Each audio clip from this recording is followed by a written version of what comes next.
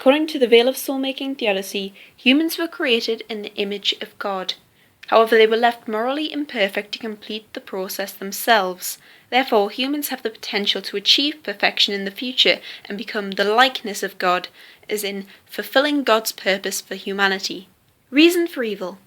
God has a good reason to allow evil.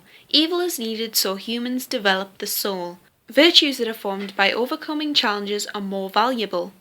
If humans are to be genuinely loving and have genuine free choice, evil must be possible. Because if we automatically loved God, we would lose our humanity and be like robots, and love would be meaningless. Counterfactual hypothesis. What would happen if a situation had been brought about in a different way to which it was? In this case, we need an imperfect world so humans develop virtues, so the world must contain unpredictable dangers. Therefore, this is the best possible world to develop the soul. No other worlds would have worked. Afterlife.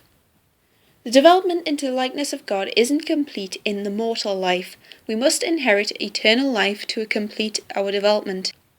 Only heaven's supreme goodness can justify the magnitude of suffering on earth, and therefore many evil people are just victims of the system.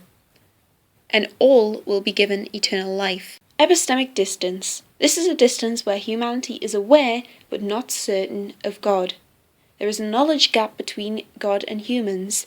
Therefore, humans have the freedom to choose to love God, but if they knew of God's existence, there would be too much pressure to choose. Natural evil.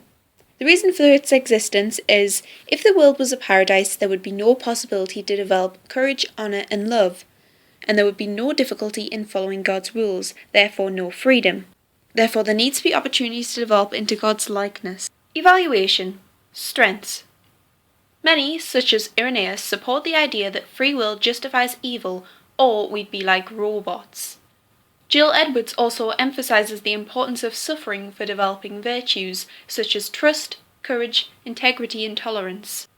And it accounts for natural evil, as there always needs to be some possibility of evil for true free will and development of virtues for the development of the soul.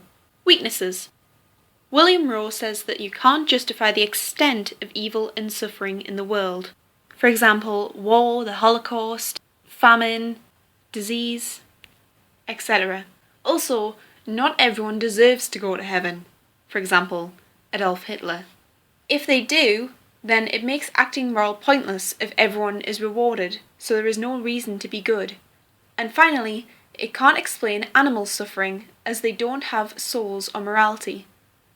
Therefore, animals have no need to develop virtues, so their suffering is unnecessary and unjustifiable.